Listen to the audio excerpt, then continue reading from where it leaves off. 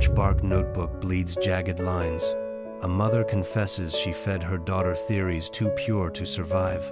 A physicist's world fractures beneath a sky that refuses to obey gravity. What collapses next, his mind, or the laws that hold the universe together? Chapter Awesome, Yi Wenjie. Wang took off the V-suit and panoramic viewing helmet.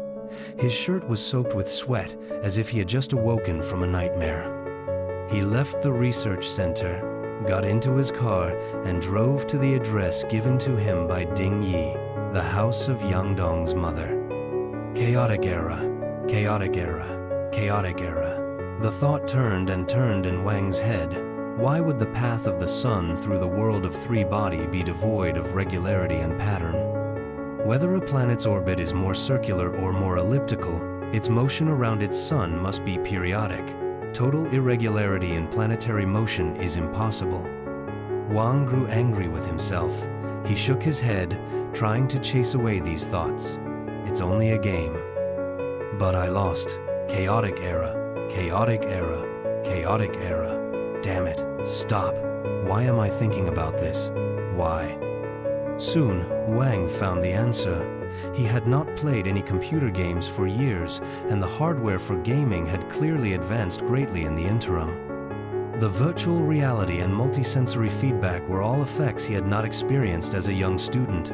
But Wang also knew that the sense of realism in three-body wasn't due to the interface technology. He remembered taking a class in information theory as a third-year student in college. The professor had put up two pictures. One was the famous Song Dynasty painting along the river during the Qingming Festival, full of fine, rich details. The other was a photograph of the sky on a sunny day, the deep blue expanse broken only by a wisp of cloud that one couldn't even be sure was there.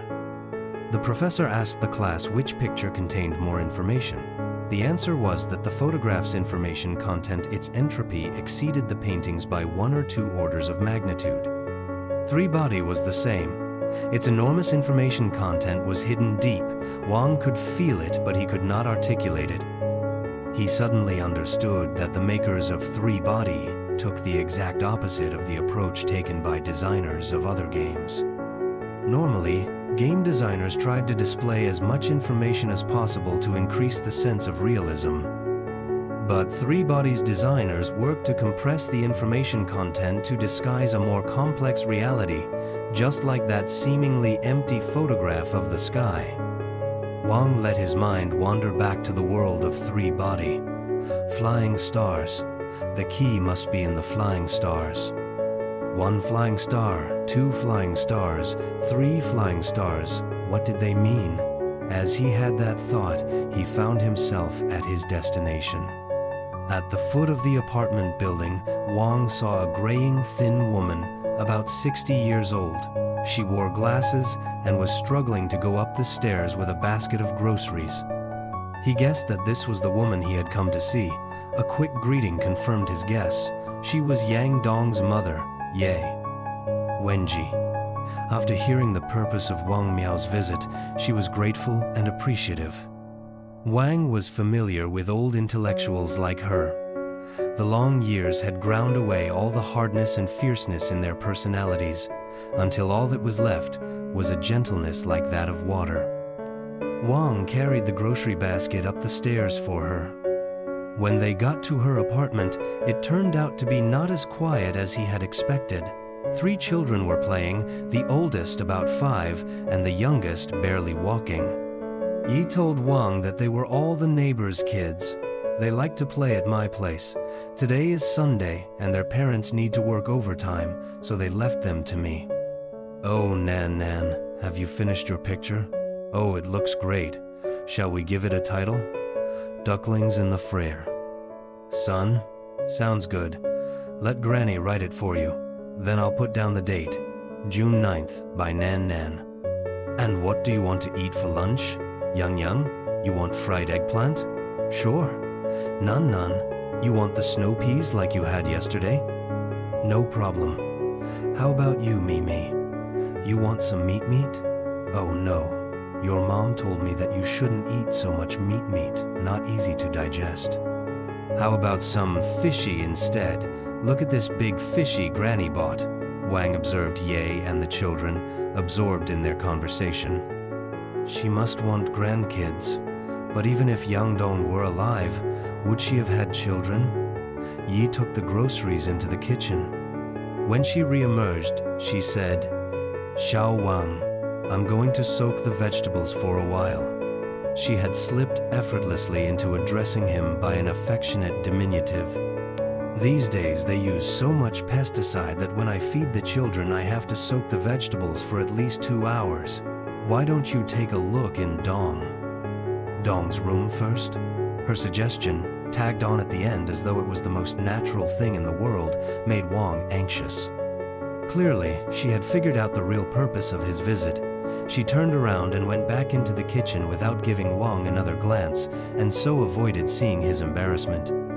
Wang was grateful that she was so considerate of his feelings. Wang walked past the 3 happily playing children and entered the room that Ye had indicated. He paused in front of the door, seized by a strange feeling.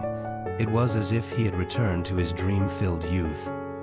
From the depths of his memory arose a tingling sadness, fragile and pure like morning dew, tinged with a rosy hue. Gently, he pushed the door open. The faint fragrance that filled the room was unexpected, the smell of the forest. He seemed to have entered the hut of a ranger. The walls were covered by strips of bark. The 3 stools were unadorned tree stumps.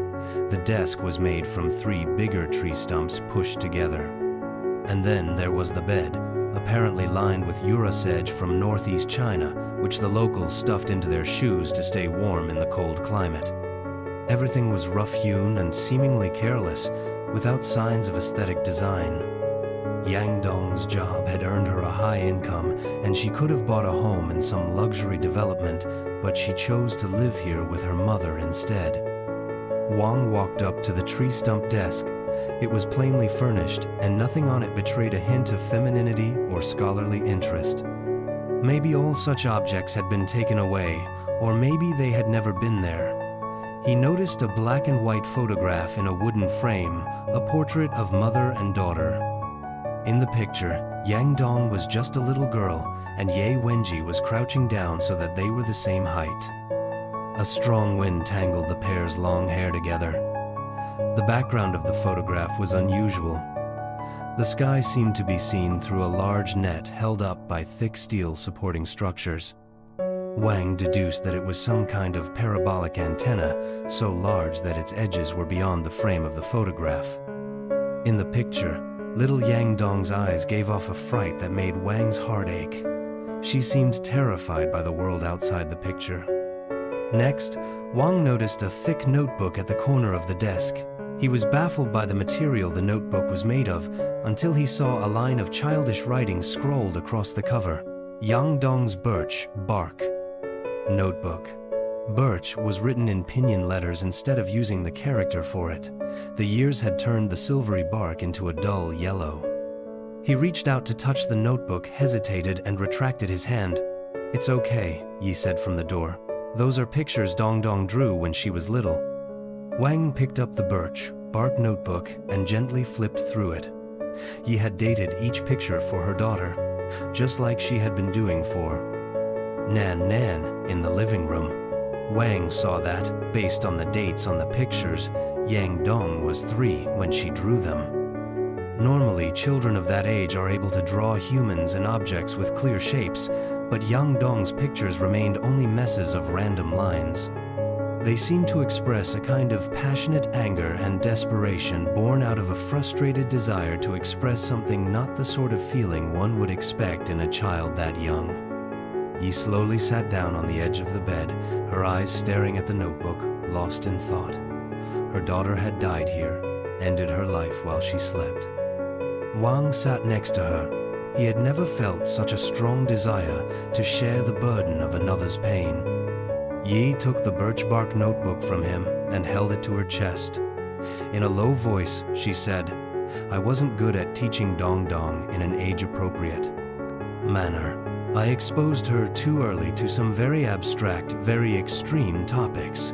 When she first expressed an interest in abstract theory, I told her that field wasn't easy for women. She said, "What about Madame Curie?" I told her, Madame Curie was never really accepted as part of that field. Her success was seen as a matter of persistence and hard work, but without her, someone else would have completed her work. As a matter of fact, Wu Qianxiong went even further than Madame Curie, 21, but it really isn't a woman's field. Dong Dong didn't argue with me, but I later discovered that she really was different. For example, let's say I explained a formula to her. Other children might say, "What a clever formula." But she would say, "This formula is so elegant, so beautiful." The expression on her face was the same as when she saw a pretty wildflower. Her father left behind some records. She listened to all of them and finally picked something by Bach as her favorite, listening to it over and over. That was the kind of music that shouldn't have mesmerized a kid. At first I thought she picked it on a whim, but when I asked her how she felt about the music, she said that she could see in the music a giant building, a large, complex house. Bit by bit, the giant added to the structure, and when the music was over, the house was done. "You were a great teacher for your daughter," Wang said. "No, I failed. Her world was too simple, and all she had were ethereal theories. When they collapsed, she had nothing to lean on to keep on living. Professor Ye, I can't say that I agree with you. Right now, events are happening that are beyond our imagination. It's an unprecedented challenge to our theories about the world, and she's not the only scientist to have stumbled down that path." But she was a woman. A woman should be like water, able to flow over and around anything. As Wang was about to leave, he remembered the other purpose for his visit. He mentioned to Ye his wish to observe the cosmic microwave background. "Oh, that. There are 2 places in China that work on it. One is an observatory in Urumqi. I think it's a project by the Chinese Academy of Sciences Space Environment Observation Center. The other is very close by, a radio astronomy observatory located in the suburbs of Beijing, which is run by the Chinese Academy of Sciences and Peking University's Joint Center for Astrophysics. The one in Urumqi does ground observation, and the one here just receives data from satellites, though the satellite data is more accurate and complete. I have a former student working there, and I can make a call for you." Yi found the phone number and dialed it. The ensuing conversation seemed to go smoothly. "You're all set," Yi said as she hung up. "Let me give you the address. You can go over any time. My student's name is Sha Ruishan, and he's going to be working the night shift tomorrow. I don't think this is your field of research, right? I work in nanotech. This is for something else." Wang was afraid that Ye was going to ask more questions about why he sought this information, but she did not. "Xiao Wang, you look a bit pale. How's your health?" she asked, her face full of concern. "It's nothing. Please don't worry. Wait a moment." He took a small wooden box out of a cabinet. Wang saw from the label that it was ginseng. "An old friend from the base, a soldier, came to visit me a few days ago and brought this. Take it, take it. It's cultivated, not very precious. I have high blood pressure and can't use it anyway. You can slice it thinly and make it into a tea. You look so pale that I'm sure you can use the enrichment. You're still young, but you have to watch your health." Wang accepted the box, warmth filling his chest. His eyes moistened. It was as though his heart, stressed almost beyond the breaking point by the last few days, had been placed onto a pile of soft down feathers. "Professor Ye, I will come visit you often.